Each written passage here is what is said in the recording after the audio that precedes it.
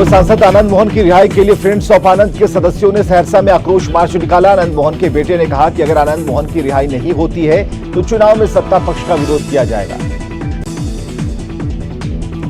चुनावी साल में फिर पोस्टर की सियासत जारी है। पटना में नीतीश कुमार के कटआउट्स के साथ पोस्टर लगाए गए हैं जिनमें यह बताया गया है कि मुस्लिम समुदाय के लिए नीतीश कुमार ने क्या क्या किया। ऐसे पोस्टर राजधानी में कई जगहों पर लगाए गए। पूर्वी चंपारण के चिरैया में ग्रामीणों ने विधायक लालबाबू गुप्ता के खिलाफ नारेबाजी की। उन्हें फिर से उम्मीदवार बनाने का विरोध किया। पार्टी के जिला युवा कार्यकर्ता सम्मेलन में भी ये मांग उठी। सीपीआई-एमएल ने कहा कि सबसे बड़ी पार्टी का नेता ही महागठबंधन का चेहरा होगा। ऐसे में तेजस्वी ही महागठबंधन के नेता होंगे। पार्टी ने सीट शेयरिंग में सम्मानजनक सीट की मांग उठाई है। रोजगार के मुद्दे पर कांग्रेस ने केंद्र सरकार पर हमला बोला है। बिहार क्रांति महासम्मेलन के दौरान प्रदेश कांग्रेस अध्यक्ष मदन मोहन झा ने कहा कि नौकरी को लेकर किया गया वादा पूरा नहीं किया गया। नवादा में कांग्रेस नेता संजय रविदास अपने समर्थकों के साथ एलजेपी में शामिल हो गए। एलजेपी के जिला अध्यक्ष ने सभी को सदस्यता दिलाई। बीजेपी कार्यकर्ता 14 सितंबर से 20 सितंबर तक सेवा सप्ताह मना रहे हैं। इसे लेकर पार्टी कार्यकर्ताओं ने रोहतास के नोखा रेफरल अस्पताल में मरीजों को फल बांटे।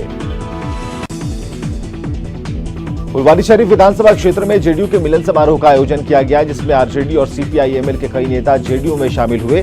पार्टी नेताओं ने स्थानीय को उम्मीदवार बनाने की मांग की।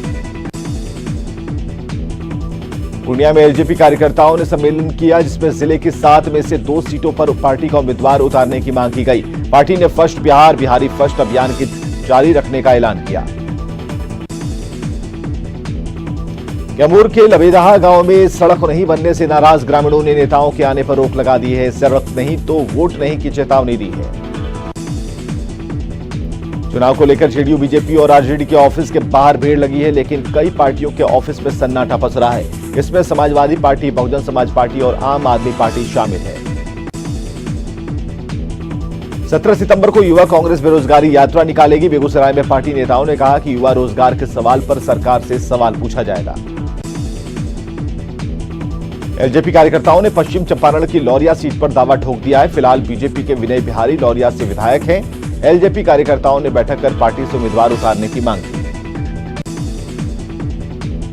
पटना में हलवाई समाज ने बैठक की और जनसंख्या के हिसाब से टिकट में हिस्सेदारी की मांग की। समाज का कहना है कि बिहार में हलवाई समाज की जनसंख्या 8% है और उसी के हिसाब से हिस्सेदारी मिलनी चाहिए।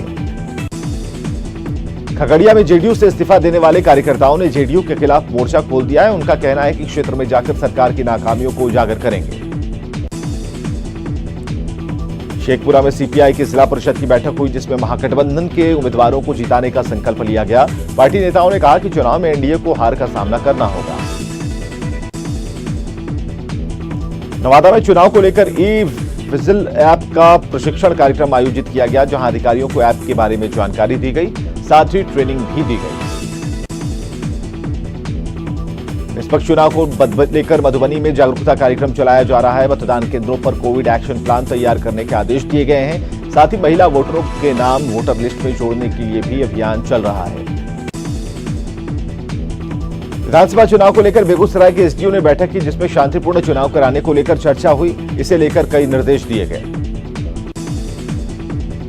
मतदाताओं को जागरूक करने के लिए भागलपुर में जागरूकता रैली निकाली गई जिसमें आंगनबाड़ी सेविका और सहायिकाएं शामिल हुई। इस दौरान लोगों से वोट देने की अपील की गई।